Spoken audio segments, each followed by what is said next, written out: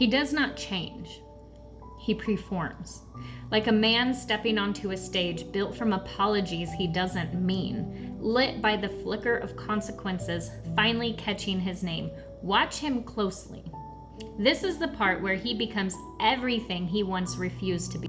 Gentle, agreeable, suddenly fluent in remorse. He will nod at boundaries like they are sacred scripture. He will speak in softened tones, offer pieces of himself he swore he didn't have to give. Not because he has grown, but because he is losing. And losing to a man like him feels like death. So he resurrects a better version, stitches it together from desperation and fear, and calls it love. But it is not love. It is image. It is control dressed in clean clothes. It is survival. And once the room quiets, once the witnesses turn away, once the threat of being seen fades into the background, watch what happens next. He exhales, and the mask slips like it was never meant to stay. Because control, regained, breeds comfort, and comfort breeds truth. And his truth has always been this: he laughs at pain that does not belong to him. He laughed in the quiet of a truck at a woman who said she felt like she was on the back burner, like she was standing in line for a man who had already left the building. He laughed at love offered freely, at arms that wrapped around his neck, at lips pressing a morning promise he never intended to keep. He laughed, and then he came to me. He chose me the way he chose before, the way he will choose something else again, not out of devotion, but out of appetite. Because to him, people are not people. They are positions. They are mirrors. They are proof that he still holds power. And when power slips, he will do anything, say anything, agree to anything, even chains disguised as solutions, an app on a phone, a digital leash, a promise of transparency that feels holy until it rots. But I have lived inside that cage. I have watched the screen glow like a second heartbeat, ping after ping after ping, each notification a needle sewing paranoia into my bones. It does not build trust. It builds obsession. It builds surveillance. It builds a life where love is measured in data and doubt never sleeps. And still, he will find a way because the app is not flawless.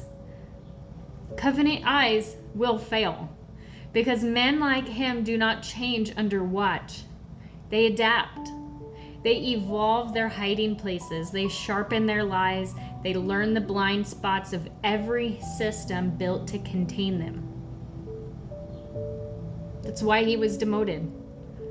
And when they are comfortable again, they repeat. Louder this time, colder this time, crueler this time, because patterns like his do not fade. They escalate.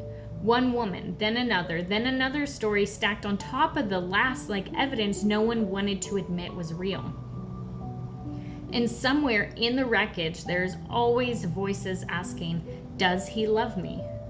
Listen carefully. Love does not humiliate you in private and perform devotion in public. Love does not turn your pain into a punchline. Love does not make you compete with ghosts you didn't know existed. Love does not require surveillance to feel safe. And love, real love, does not leave a trail of women trying to piece themselves back together from the same man. I believe he loves his children. I do. But love is not a blanket term that excuses cruelty elsewhere. And whatever he calls love for the women in his life, it is not the kind that protects. Because if it were, you would not be hurting, I would not be healing, and we would not be standing here, woman to woman, trading truths he hoped would never meet. So hear me. Not as someone who wants him, because I don't. I don't want the man who circles houses like a shadow trying to reclaim a story he already lost, while making empty promises and telling people how beautiful they are just to win their trust and their love again. I don't want the man who confuses access with ownership. I don't want the man who mistakes obsession for devotion. I have loved him. Yes. And I am still learning what to do with the echo of that. But I will not return, because love should not feel like fear wearing a familiar face. And you deserve a love that does not need to be monitored, measured, or managed into behaving. You deserve a love that does not escalate in harm to other women with every chance that it's given just to protect his image, even though he knows it's a lie. You deserve a love that does not make you smaller so it can feel bigger. This, what he is doing, what he has done, and what he will do again if the pattern holds, this is not romance. This is the cycle. And cycles only break when someone finally walks out of the story he keeps trying to control. And I hope for your sake that it's you that walks out.